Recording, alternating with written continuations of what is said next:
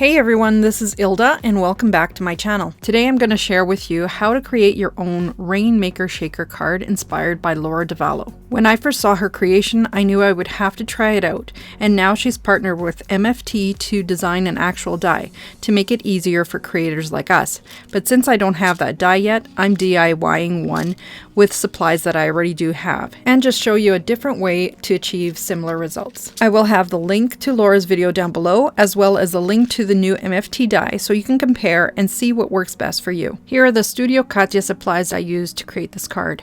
For the background, I used the large polka dot stencil to blend out the rainbow. For the clouds, I used the sky set borders. For the sun, I will be using the fancy circle dies. The negative piece of both these dies is what will create the die for the sun.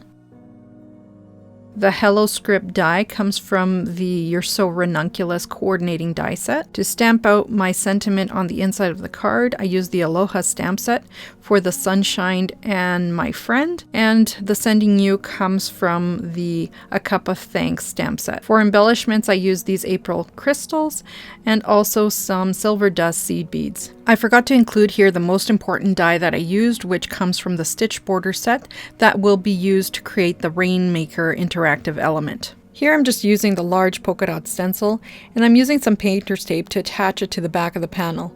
And then I'm just securing it to my mat so that I have minimal movement while applying my embossing paste. If you don't have the patience for the embossing paste to dry, you could probably skip this step and just use the stencil and apply your color to the background. But I just wanted to show you a different technique of how to add color to the embossing paste.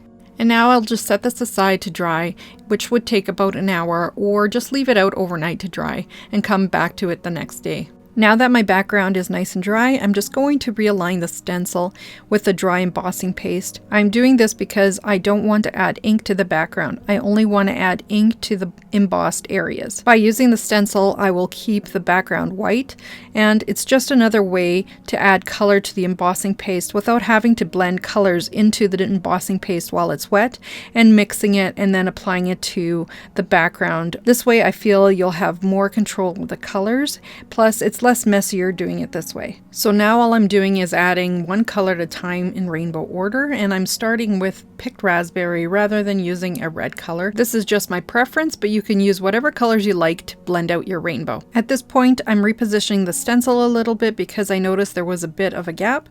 So just make sure you take your time and do your best to line the stencil with the raised embossed areas so that you can get the best results possible.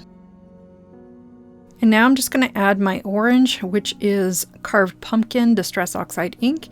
And then I'm just going to go back and forth, making sure to blend in between both colors so that the transition between colors are gradual. And I'll repeat this process over and over again until I get to the bottom of the background panel. If you're interested in any of the supplies I used today, make sure you check out the links below in the video description. Now it's time to remove the stencil and see the gorgeous reveal. How beautiful is that rainbow background? So at the top of the left-hand screen, I've already gone ahead, trimmed my background, and adhered it to the card base. I've also die cut 2 cloud borders using the sky set. Now I'm going to die cut the sun using the negative pieces from the fancy circle dies. I die cut 2 pieces, but unfortunately this next part of the video I must have forgotten to press record. So all I did was sandwich that circle that I had die cut from vellum and glue them in between the sun rays. This is the die that I'll be using to create the rainmaking element. It comes from the Stitched Borders die set. I'm going to run it twice through my die cutting machine, as I will need 2 pieces, one for the top of the card and one for the bottom. And now I'm just going to use my trimmer to cut the piece in half. To begin building the platform for the rainmaker element, I'm going to attach a layer of foam tape that I have cut in half to the top and to the bottom of the card background. I'm not going to be creating the rain element across the entire background of the card. I'll just cut the strips to the width that I want the rain element to be. To make it easier for me to see during the threading process, I'm just using a Copic marker and marking every other hole, and I will use the colored holes as a guide to thread the needle through. Now to make it even easier to thread through the holes, I'm just going to use my score buddy and score the strips at the 1/4 inch mark. And now just using my fingers, I'm just going to bend the holes up at the crease of the paper. So now I'm going to adhere the solid part of the strips to the foam tape, leaving the part where the holes are bent upward. I'm also trying to keep the holes that I've marked lined up across from each other to create straight lines. I guess if you wanted to create angled falling rain, you could place the strips at an angle from each other. Here I have a bead along big eye curved beading needle that I will use to thread on my seed beads. You could do this process without a needle and feed each bead by hand onto your thread, but that would take so much longer to do, and it also could be frustrating if your eyesight isn't that great. At this point I wasn't sure how to start, but in hindsight I would have secured the end of the line to the foam strip first, rather than using washi tape to hold the line in place. I also forgot to thread through the first hole before adding on my seed beads, but luckily I hadn't gotten too far and I was able to re-thread the line again through the first hole and secure it again with the washi tape. Also, as you'll see here in a second, you'll probably want to secure the card base to your work surface. This will just make it easier for you to thread. So once you've picked up about 10 to 12 seed beads, you're going to loop through the opposite marked hole and then down through the next marking on the rainmaker strip. So I'll just let you watch the process so you understand and see a visual of how I'm looping through and threading on these seed beads, and also just see how I am able to quickly pick up all these seed beads in no time. Way easier than if I had to pick them up one by one and thread them onto the line. This video has been sped up 4 times, but to give you an idea, the threading itself took less than 10 minutes. And now that I finished threading the last of the seed beads onto my line, I now need to secure the ends and make the line taut. This is why it would have been easier had I secured the thread from the beginning. So now I will just bend down the rainmaker flaps until I have a nice taut line. Here I'm gently pulling the line and securing it with washi tape until I'm ready to secure the ends. To secure the line in place, I'm just going to use a piece of score tape to cover up the strip of holes, securing the line in position.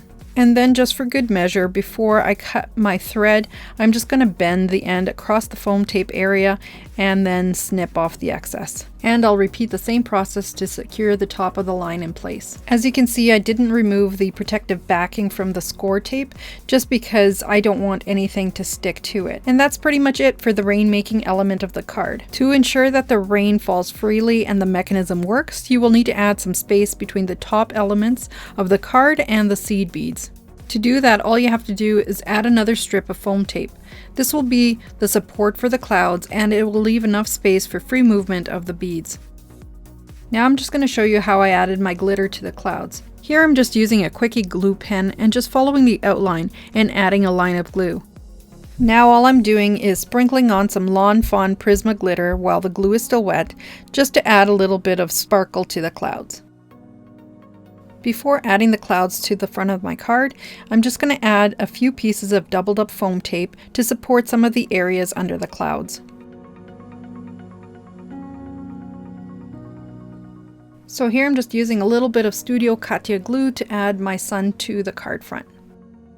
For the rainbow colored hello, I'm using Copic markers in rainbow order and blending them out over the script hello die from the Urso Ranunculus set. And I just have it nestled in the negative piece so that it doesn't move around while I color. So here's a little crafty tip for you all. My cover plates for my die cut machine need to be replaced, but I'm trying to stretch them out as long as possible. So what ends up happening is I get these stray little pieces of paper on the edges of the cut. When that happens, I just use a old toothbrush and brush along the die cut, and it removes all those little pieces of paper. Now I'm just stacking a couple of Hello die cut pieces that I cut out in white and glued them together with Quickie glue pen, as it's such a thin area to apply glue to, and then I'm just finishing it off with the top rainbow layer. To add a glossy finish to the top of the Hello die, I'm using the Juicy Pad from Ink on 3 to add a sticky surface. And now I'm just going to sprinkle on some crystal clear embossing powder and then just heat set that to create a beautiful gloss finish. To finish off the card front, I'm just going to add the hello to the bottom right corner using some liquid adhesive, and for a little more sparkle and shine, I'm just adding a few of the April crystals. And finally, on the inside of the card, I stamped out "Sending you sunshine, my friend." The "Sending you" comes from a Cup of Thanks set, and the "Sunshine, my friend" comes from the Aloha set from Studio Katia. And that's how I've created my DIY version of the Rainmaker shaker card, inspired by my friend Laura DeVallo. This card took me just a little bit over an hour to complete, not counting drying time for the embossing paste, plus using a needle really helps speed things up. I hope this card has inspired you to look at your dies in a different way and see how else they could be used, as I did here by using a die meant for stitching to create the rainmaking element. Thank you all for spending some time with me today. I really do appreciate you stopping by, liking my videos, subscribing to my channel, and leaving your comments. Until next time everyone, happy crafting! Bye!